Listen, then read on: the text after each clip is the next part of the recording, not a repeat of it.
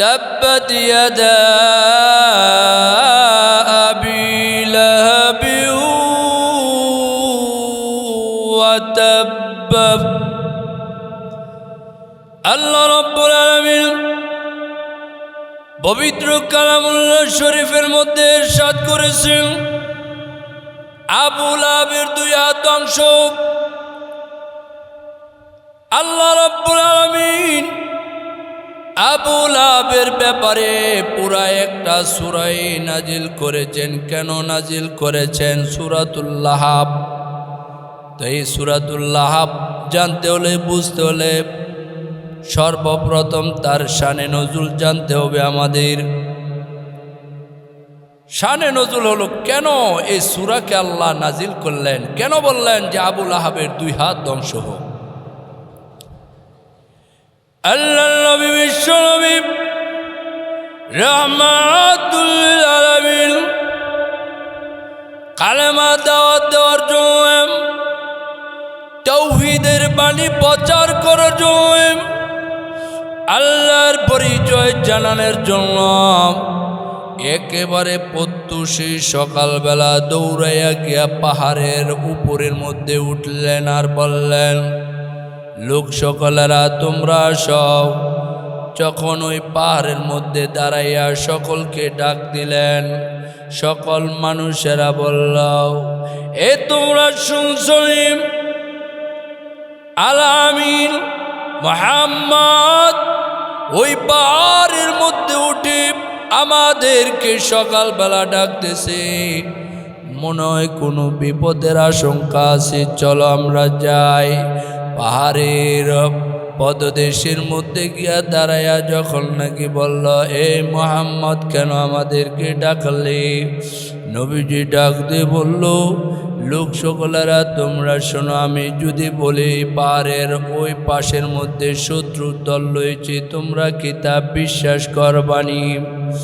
কাফেরেরা সকল মানুষেরা এক বাক্যে বলেছে, হ্যাঁ আমরা বিশ্বাস করব। কেন তোমরা বিশ্বাস করবা? কারণ কি? কারণ হইল যে তুমি কখনো মিথ্যা কথা বলো নাই, তুমি কখনো মিথ্যা কথা বলতে আমরা শুনি নাই, যার কারণে আমরা তোমার নাম দিয়েছি আল আমিন, বিশ্বাসী। আজকেও তুমি মিথ্যা কথা বলবা না।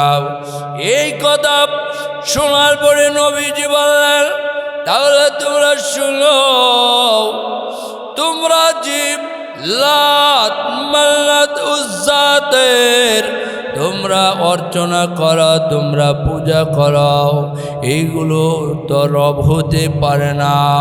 তোমরা এক আল্লাহর প্রতি ঈমান আনো, যিনি আমাদেরকে সৃষ্টি করেছে। এই কথা বলার পরে আবু লাহাবের মাথাটা গরম হয়ে গেল। হে মুহাম্মদ, এত সকালবেলা এই জন্য কি তুমি আমাদেরকে ডাক দিয়েছ? তুমি ধ্বংস।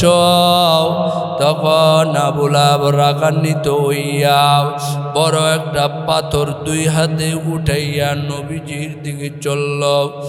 আর নবীজির দিকে তিনি যখন ছুটলেন আর বললেন, তাব্বান লাকা আলিহাযা জামাতানা, হে মুহাম্মদ তুমি ধ্বংস হও।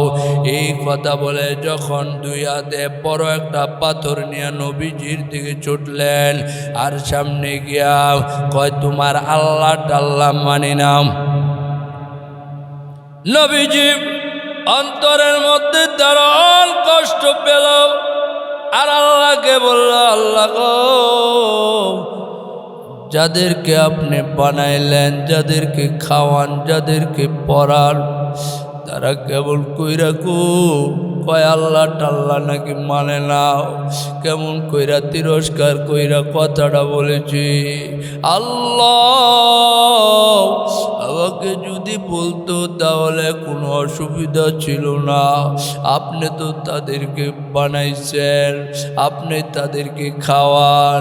কেমন কইরা সে বলল আল্লাহ টাল্লাহ মানে না।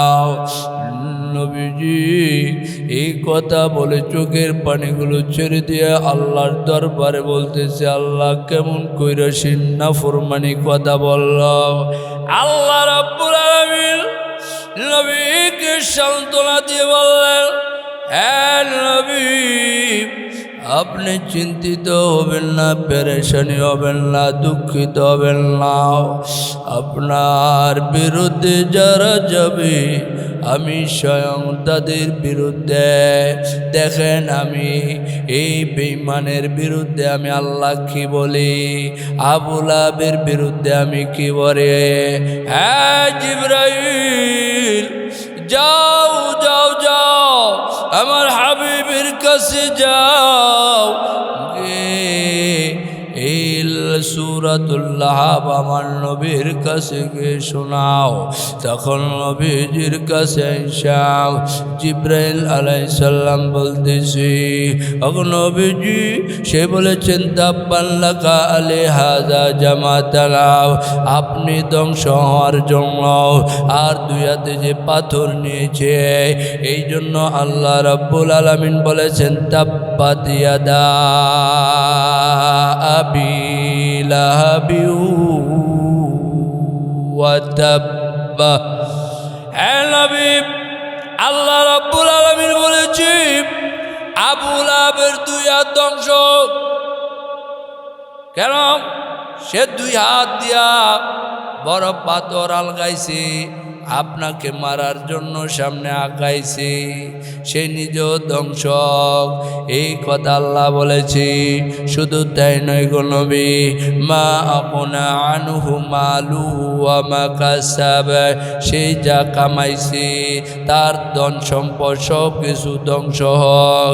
শুধু তাই নয়, মা আপনা আনহু মালুহু ওয়া মা কাসাব সায়াসলা নারান যাতা লাহাবিন আমরাতুহু হাম্মালাতাল হাতাব ফি জিদিহা হাবলুম মিন মাসাদ। হে নবী শুনেন, সায়াসলা অচিরেই আবু লাহাব জাহান্নামের আগুনের মধ্যে পতিত হবে। আর এই আগুন প্রজ্বলিত করার জন্য তার স্ত্রী উম্মে জামিল কাষ্ঠপণ কইরা তারে আরো জ্বালানোর জন্য কাঠ দিবে। উম্মে জামিল আবু লাহাবের স্ত্রী ছিল। কেন উম্মে জামিলকেও এত কষ্ট দেওয়া হইব জাহান্নামের মধ্যে? কারণ হইল, যখন নাকি সূরাতুল লাহাব নাজিল হয়েছে, নবীজি মক্কার প্রান্তরের মধ্যে বসে বসে কোরআন তেলাওয়াত করে, আর উম্মে জামিল কাপড় এমন কইরা কোমরের মধ্যে বাঁধলা বড় একটা লাঠি লইয়া মক্কার প্রান্তরের মধ্যে ছুটলেন। ওই যাওয়ার বললেন আবু বকর নবীজির পাশে বসে রইলেন। উম্মে জামিল ডাক দিয়ে বলল, হে আবু বকর, মুহাম্মদ কই? মুহাম্মদ বলেছি আমার স্বামীর ব্যাপারে নাকি এবং কে আমার ব্যাপারে নাকি কোরআন নাজিল করছে তার আল্লাহ। ওই আজকে যদি পাই তাহলে তারে আমি অনেক শাস্তি দিব। এই যে লাঠি লই আইছি। আবু বকর মুসকি মুসকি আসে, উম্মে জামিল কি আমার পাশে নবীজি বসে বসে কোরআন তেলাওয়াত করে, আর উম্মে জামিল তো দেখতে পাই না। এখন এমন করে হাউমাউ কইরা এখন তিনি চলে গেলেন। চলে যাওয়ার পরে আবু বকর নবীকে ডাক দেয়া বললেন, ইয়া রাসূলুল্লাহ, ইয়া হাবিবাল্লাহ, আল্লাহর নবী গো, উম্মে জামিল আসছিল আর হাউমাউ কইরা গালাগালি কইরা চলে গেছে। সে বলেছে আপনারে মারবি, কিন্তু পাশে আপনি বসা, আমারে দেখে আপনারে দেখে না, কারণটা কি বুঝলাম না গো নবী। নবীজি ডাক দেয়া বললেন, আবু বকর তুমি কি জানো না আল্লাহ রাব্বুল আলামিন বলেছেন, যখন কাফেরের সামনে কোরআন তেলাওয়াত করা হয় তখন কাফেরের চোখের সামনে পর্দা পড়ে যায়। এই জন্য সে আমারা দেখে নাই।